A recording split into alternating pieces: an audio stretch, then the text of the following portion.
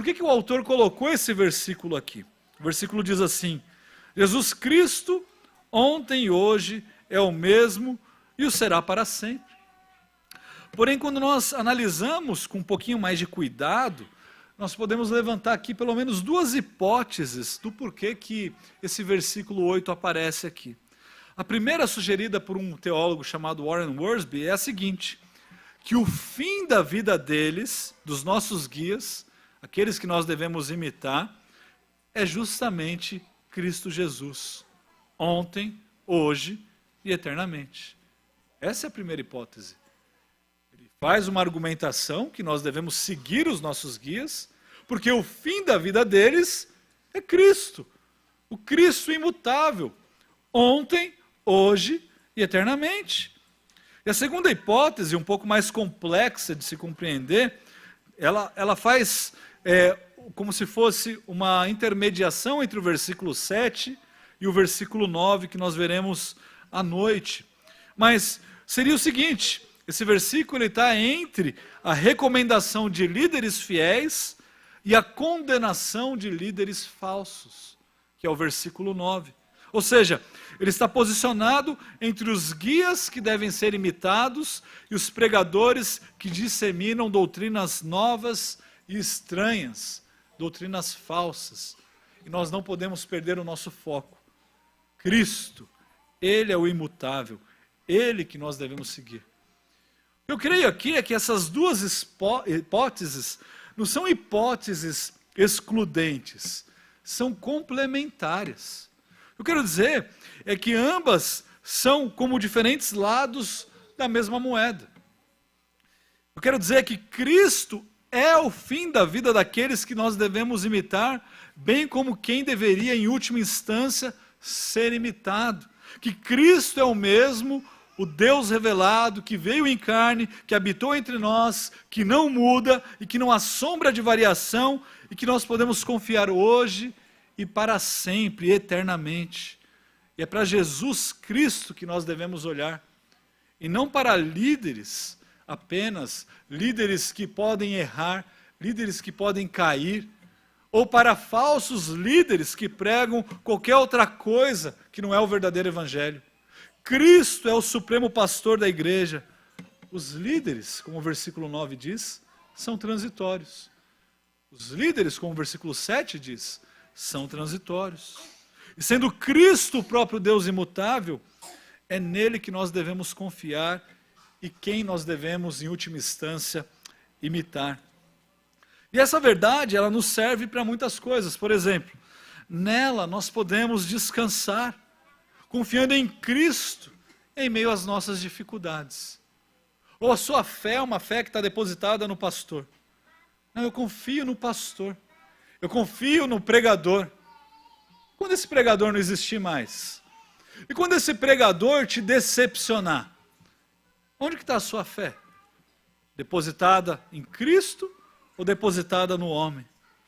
Nela, nós podemos nos achegar a Deus, sabendo que Deus é imutável, Ele não muda, e que Ele está pronto a nos perdoar dos nossos pecados. Nós podemos recorrer a Cristo, sabendo que Ele nos prometeu que nos perdoaria dos nossos pecados, se nós os confessássemos, e que Ele nos limparia de toda injustiça. Ele é o Deus imutável. Nós podemos descansar nisso. Nela nós podemos descansar sabendo que o nosso futuro em Cristo é um futuro certo e não um futuro incerto. Ninguém aqui tem a capacidade de prever o futuro. A gente não sabe o que vai acontecer daqui a alguns instantes. Mas nós podemos descansar sabendo que Cristo é o Deus eterno, um Deus imutável. O mesmo Deus que nós confiamos no passado, confiamos hoje, que permanecerá imutável eternamente. E por isso nós não precisamos temer nem reis, nem nações, nem exércitos, nem dificuldades. Nós podemos descansar seguros em Cristo. Nela nós podemos descansar sabendo qual é a nossa situação diante de Deus hoje. Por aquilo que Cristo realizou na cruz do Calvário, morrendo por pecadores como eu e você, nós podemos descansar seguros, pois fomos justificados por meio de Cristo. Irmãos, isso significa também que por mais tentador que seja nós sermos tentados a nos adaptar conforme o mundo que nós vivemos, nós não devemos fazê-lo. Por mais tentador que seja tentar moldar a nossa prática diária, a nossa liturgia, a nossa vida aos moldes do mundo, nós não devemos fazê-lo. Cada geração que vive terá que lidar com os problemas e os pecados que assombram o seu tempo. E sabe de uma coisa? Deus escolheu fazer com que você nascesse nessa época, para enfrentar as dificuldades dessa época, encarar a realidade e problema dessa época e viver para Ele hoje. Não vivendo como se você tivesse há 1.800 anos atrás ou há 300 anos atrás. Os problemas da época eram diferentes. Você foi chamado a viver e enfrentar os problemas que nós enfrentamos diariamente hoje. Um pastor Hernanes coloca: toda geração deve travar sua própria luta com a questão da doutrina pura. Se na época de Lutero, a Igreja Católica que assombrava a Igreja e a verdade do Evangelho, hoje nós temos vários protestantes que causam mais dano do que muitos católicos. Nós temos que enfrentar os problemas que nós estamos encarando hoje. Não há como nós escaparmos disso. Nós precisamos encarar a realidade da nossa época e vivermos para Deus hoje, e não baseados no passado. Isso significa que apesar das mudanças, que apesar dos desafios, nós devemos permanecer fiéis a Cristo, pois Cristo é imutável.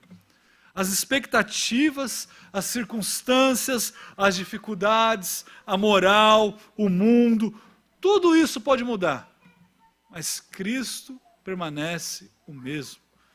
As circunstâncias mudam, mas Deus é o mesmo. Deus é o mesmo ontem, hoje e eternamente.